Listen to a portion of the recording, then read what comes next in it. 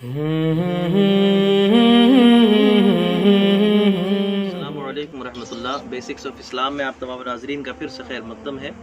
میں آپ کی دعاؤں کے ساتھ حاضر ہوں، اور آج جو میں نے عنوان بنایا ہے وہ چوری ہے۔ جی ہاں، چوری کو میں نے عنوان بنایا ہے۔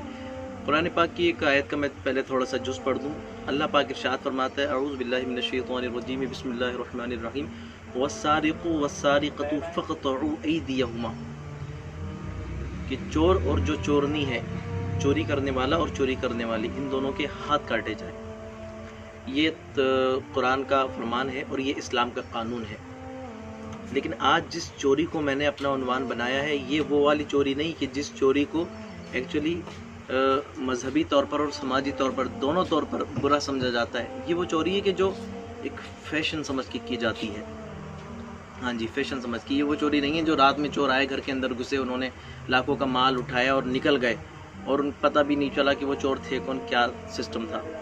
یہ چوری ہے وہ چوری کہ جس کو برا نہیں سمجھا جاتا۔ مثلا راستے میں گزرتے وقت کسی کا کوئی درخت دیکھا، اس پہ کوئی پھل دیکھا تو گئے اور وہ توڑ لیا، توڑنے کے بعد وہ کھا لیا۔ ٹھیک ہے، وہ ہم نے اس پہ اس کو ایکسپلین کیا، وہی راستے میں درخت تھا، اس پہ وہ پھلدار درخت تھا، ٹھیک ہے، ایک پھل توڑ لیا، کھا لیا، اس میں کیا مسئلہ ہوا؟ کسی سے پوچھنا کیوں تھا؟ کیوں جی، جس کی پراپرٹی تھی اس سے تو پوچھنا تھا نا، اس کی تو اجازت لینی تھی۔ اگر اس کی اجازت نہیں تو وہ ہم نے حرام کیا، وہ سخت والی چوری ہے، اس کو برا نہیں سمجھا جاتا۔ جیسے کچھ خریدنے جا رہے ہوتے ہیں تو وہ بھی ایک چوری ہے کہ کچھ خرید رہے ہیں، آم کا سودا ہو رہا ہے، کچھ کسی چھوٹے پھل کا سودا ہو رہا ہے، اس سے بات بھی کر رہے ہیں، بھئی کتنے روپے کے جی، اس سے بات کر رہے ہیں، بات کرتے کرتے ایک اٹھایا اور اپنے منہ میں ڈال دیا، یہ بھی چوری ہے۔ ہم سمجھ رہے ہوتے ہیں یہ چوری نہیں ہے، اس نے اجازت نہیں دی ہمیں، اس نے ہمیں اختیار نہیں دے دیا کہ اگر تم خرید رہے ہو تو تم اٹھا کے کھا بھی سکتے ہو، لیکن یہ بھی چوری ہے۔ کسی کے درخت سے بغیر پوچھے کچھ توڑ لینا، یہ چوری ہے۔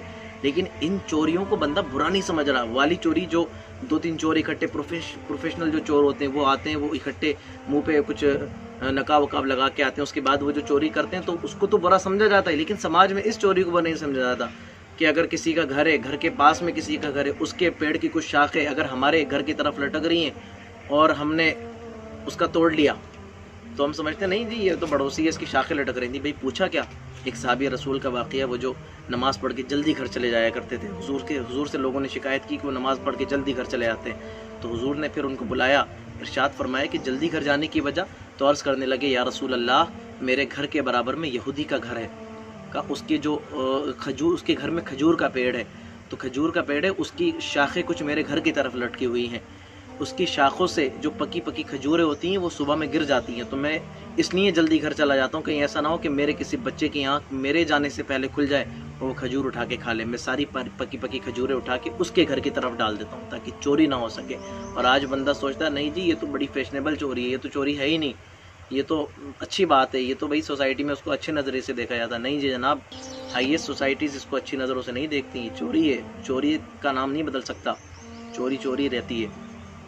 جس طریقے سے سیب کے اوپر چھری رکھ دی جائے یا چھری کے اوپر سیب رکھ دیا جائے، کٹنا سیب کو ہی ہے، تو اگر آپ کسی کے گھر میں رات میں جا کے چوری کریں یا کسی شاخیں لٹکی ہوئی آپ کے گھر کی طرف ہیں اور آپ اس کو پھل توڑ کے کھا لیں، وہ بھی چوری ہے، اور دونوں کا گناہ برابر ہے۔ اگر اسلامی حکومت ہو تو ہاتھ کاٹنے کا گناہ ہے، ہاتھ کاٹنے کی سزا ہے۔ ہمیں اس سے بچنا چاہیے، یہ بہت بری چیز ہے جو ہمارے درمیان میں تیزی کے ساتھ بڑھ رہی ہے۔ اللہ پاک ہمیں اس سے بچنے کی توفیق دے، اللہ پاک ہمیں عمل کی توفیق دے۔ وآخر دعوانا الحمدللہ رب العالمین۔ صلی علی محمد